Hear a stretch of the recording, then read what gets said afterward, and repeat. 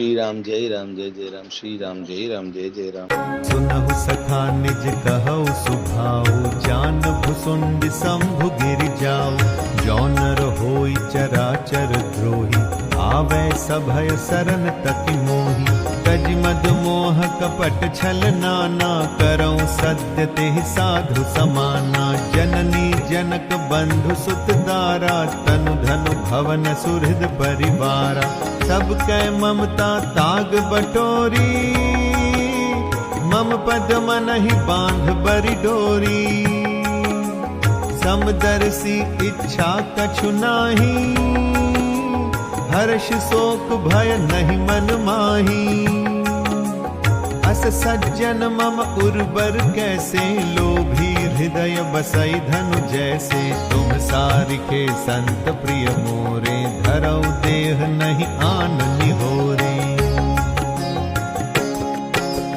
सगुन उपासक परहित, निरत नीति दृढ़ नेम। सिया राम ते नर प्राण समान मम, जिनके द्विज पद प्रेम। सिया राम हमारे राम जी से राम राम, कहियो जी हनुमान।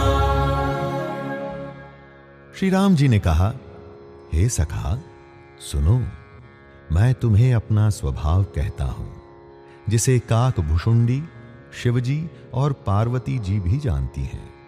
कोई मनुष्य संपूर्ण जड़ चेतन जगत का द्रोही हो, यदि वह भी भयभीत होकर मेरी शरण तक कर आ जाए और मद मोह तथा नाना प्रकार के छल कपट त्याग दे, तो मैं उसे बहुत शीघ्र साधु के समान कर देता हूं। माता, पिता, भाई, पुत्र, स्त्री, शरीर, धन, घर, मित्र और परिवार, इन सब के ममत्व रूपी तागों को बटोरकर और उन सब की एक डोरी बनाकर उसके द्वारा जो अपने मन को मेरे चरणों में बांध देता है, अर्थात सारे सांसारिक संबंधों का केंद्र सिर्फ मुझे बना लेता है, जो समदर्शी है, जिसे कुछ इच्छा नहीं है और जिसके मन में हर्ष, शोक और भय नहीं है, ऐसा सज्जन मेरे हृदय में कैसे बसता है, जैसे लोभी के हृदय में धन बसा करता है।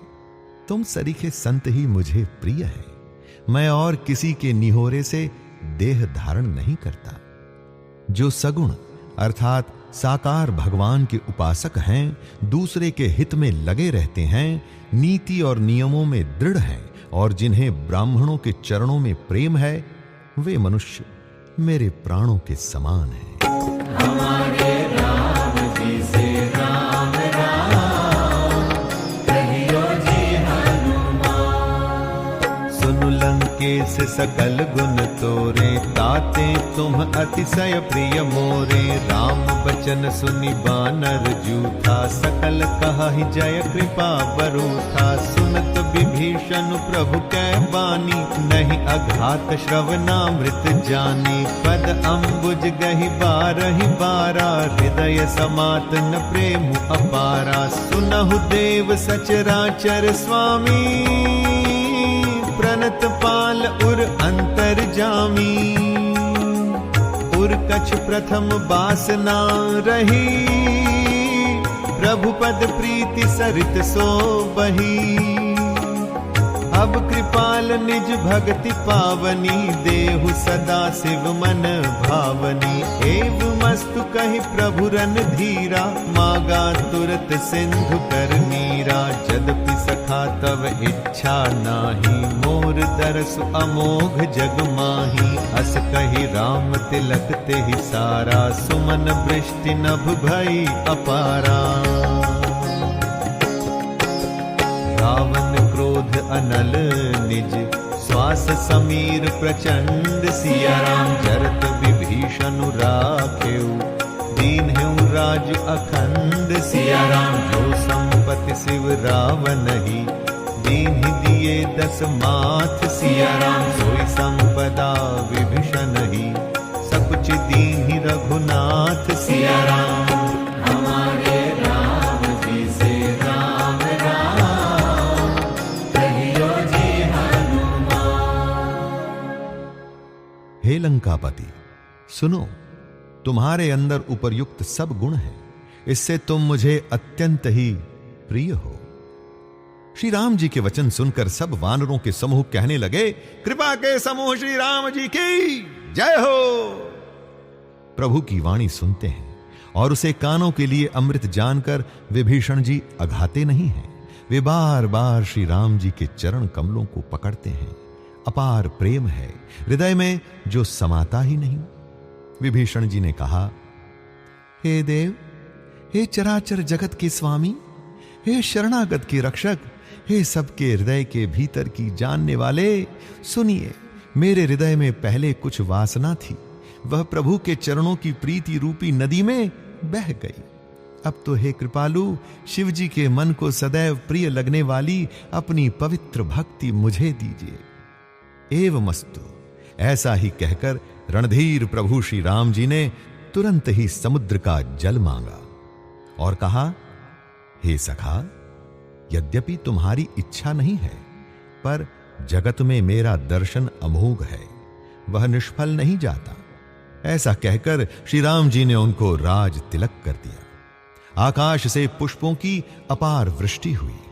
श्री राम जी ने रावण की क्रोध रूपी अग्नि में, जो अपने विभीषण की श्वास अर्थात वचन रूपी पवन से प्रचंड हो रही थी, जलते हुए विभीषण को बचा लिया और उसे अखंड राज्य दिया। शिवजी ने जो संपत्ति रावण को 10 सिरों की बलि देने पर दी थी, वही संपत्ति श्री रघुनाथ जी ने विभीषण को बहुत सकुचते हुए दे दी।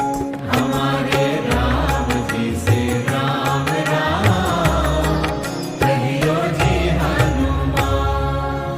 अस प्रभु छाड़ी भजहि जे आना, ते नर पशु बिनु पूछ बिशाना। निज जन जानिता ही अपनावा, प्रभु स्वभाव कपिकुल मन भावा। पुनि सर्वज्ञ सर्व उर्वासी, सर्व रूप सब रहित उदासी। बोले बचन नीति प्रतिपालक, कारण मनुज दनुज कुल घालक। सुन, ऐसे परम कृपालु प्रभु को छोड़कर जो मनुष्य दूसरे को भजते हैं, वे बिना सींग पूंछ के पशु हैं। अपना सेवक जानकर विभीषण को श्री राम जी ने अपना लिया। प्रभु का स्वभाव वानर कुल के मन को बहुत भाया।